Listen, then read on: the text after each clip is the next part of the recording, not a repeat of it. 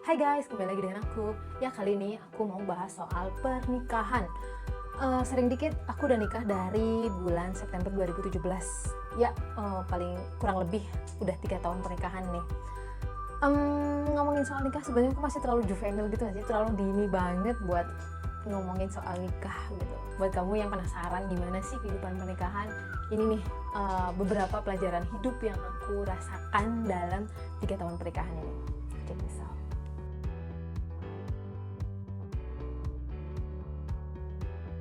Oh ya, disclaimer dulu. Jadi, uraian ini sangat-sangat subjektif ya. Ini tergantung dari latar belakang kamu dan tipe pasanganmu. Oke?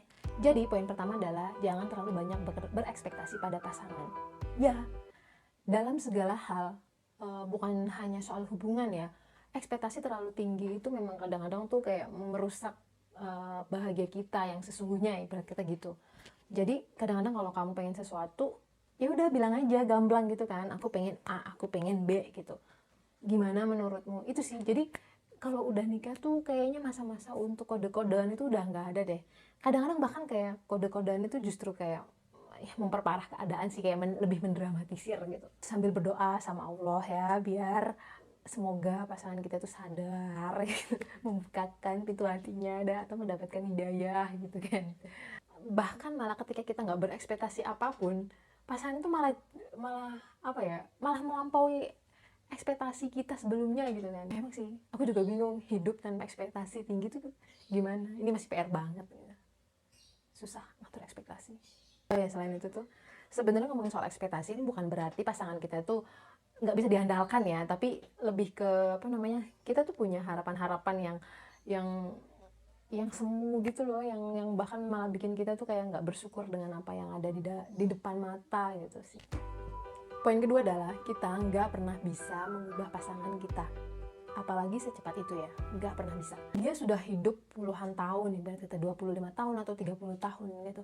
Dia punya cara hidupnya sendiri, dia punya hobinya sendiri, dia punya kebiasaan hidupnya sendiri gitu. Dan ketika tiba-tiba nikah sama kamu dan kamu maksa dia berubah secepat itu, ya menurut nggak bisa. Ya sesekali mungkin dia bisa ngikutin kebiasaan kamu, nah, tapi untuk itu perlu proses yang panjang gitu. Bahkan mungkin kita harus nunggu dalam waktu yang sepadan seperti dia ketika ketemu kita yang saya 20 tahun lagi misalnya kayak gitu.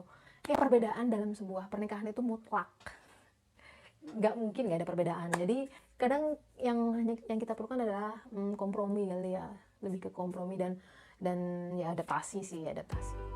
Poin ketiga adalah eh, pernikahan itu tanggung jawab dua orang, bukan hanya tanggung jawab kamu doang. Ya, maksudnya gimana sih? Ya, sebagian besar dari kita pasti ingin ya aku tuh ingin dicintai, aku ingin diperhatiin, aku ingin dipahami. Tapi kadang-kadang kita lupa bahwa kita tuh juga harus melakukan hal yang sama, ibarat kita gitu. Ya, pernikahan itu butuh teamwork ya. Yang rawat pernikahan itu ya harusnya dua orang, nggak bisa cuma satu orang. Kalau ya harus sama-sama sih, kita nggak bisa selamanya hanya menjadi objek dalam sebuah pernikahan. Kita juga menjadi subjek, jadi ya harus dua arah gitu kan. Ketika hubungan hanya satu arah dan satunya orang lagi itu merasa yang paling aku paling banyak berkorban, yang paling banyak perhatian gitu, itu kadang-kadang udah mulai agak sinyal-sinyal gitu sih, kayak oh ini ada something wrong di dalam sebuah hubungan kayak gitu. Tapi ya balik lagi sih, ketika kamu ingin melakukan hal baik dalam pernikahan itu niatnya apa gitu. Niatnya karena ingin membuat pasanganmu senang doang kah gitu, atau apa ya. Ya semoga sih kalau aku lebih dari itu ya, maksudnya nggak sekedar itu doang sih, tapi lebih ke ya niat jangka panjang lah. Jadi ya pernikahan yang bahagia itu memang butuh effort, butuh butuh pengorbanan.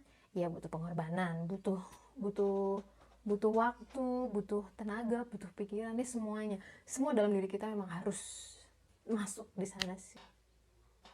Jangan nungguin dia untuk membahagiakan pernikahanmu, intinya kayak gitu. Kamu juga harus melakukan sesuatu, intinya gitu sih. Ya, poin selanjutnya adalah romantisme itu penting, tapi jauh lebih penting tanggung jawab, komitmen, dan rasa saling menghargai satu sama lain. 3 poin ini tuh penting banget sih aku ngerasanya. Jadi memang kadang-kadang tuh kita sebagai cewek pengen banget kayak ya lu beliin bunga dong atau gimana yang unyu-unyu gitu kan, ala-ala remaja gitu. Romantisme dalam artian umum intinya gitu sih. Ya itu penting juga sih kadang-kadang untuk memastikan romantisme kita gitu. Tapi makin kesini, semakin dewasa hubungan, yang kita butuhkan hanyalah rasa saling menghargai satu sama lain. Hidup pasti kan ya ada masalah ya, kayak pasangan adalah orang yang paling kita cintai ibarat kata gitu, tapi pada suatu ketika dia menjadi orang yang ya ampun aku sebel banget gitu kan ya. Lalu apa sih yang bisa bikin kita tetap bareng gitu kan? Ya rasa saling menghargai gitu. Gimana dia udah berkorban, apa yang dia udah lakukan sejauh ini gitu. Masa sih nggak berarti sama sekali gitu. Rasa saling menghargai, kerja keras masing-masing gitu, kayak suami udah capek-capek cari nafkah, gimana istrinya berterima kasih. Begitupun sebaliknya gitu kan. Ketika istri sudah capek di rumah ngurusin rumah, gimana suami itu bisa menghargai apa yang udah dilakukan sama si istri gitu, menurutku sih gitu ya. Terus kadang hidup itu kan naik turun ya, kadang seneng, kadang juga susah gitu. Kadang-kadang tuh kita kayak pengen yaudahlah, pengen lari, pengen nyerah gitu, kayak udahlah gitu. Tapi apa yang bikin kita bisa bertahan di sini?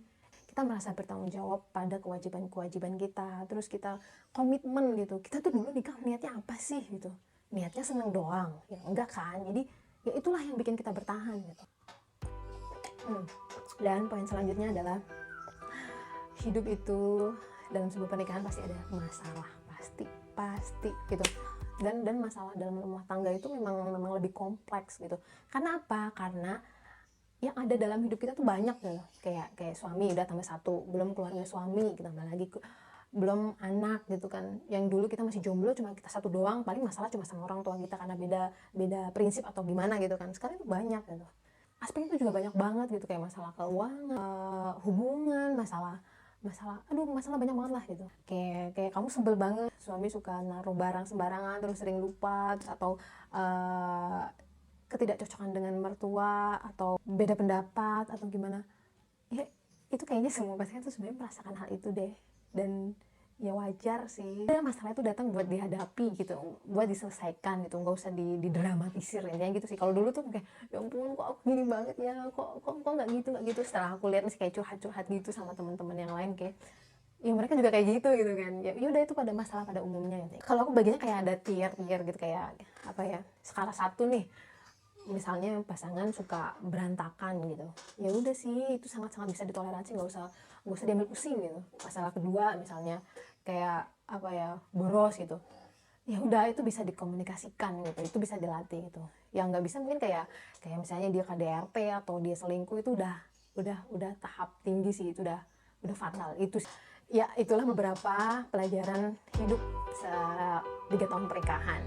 Ini subjektif banget ya, soalnya kan tergantung dari tipe-tipe pasangan juga kan, sama karakter kita, sama apa namanya ya, latar belakang kita dulu kayak gimana, itu sangat berpengaruh sebenarnya ya.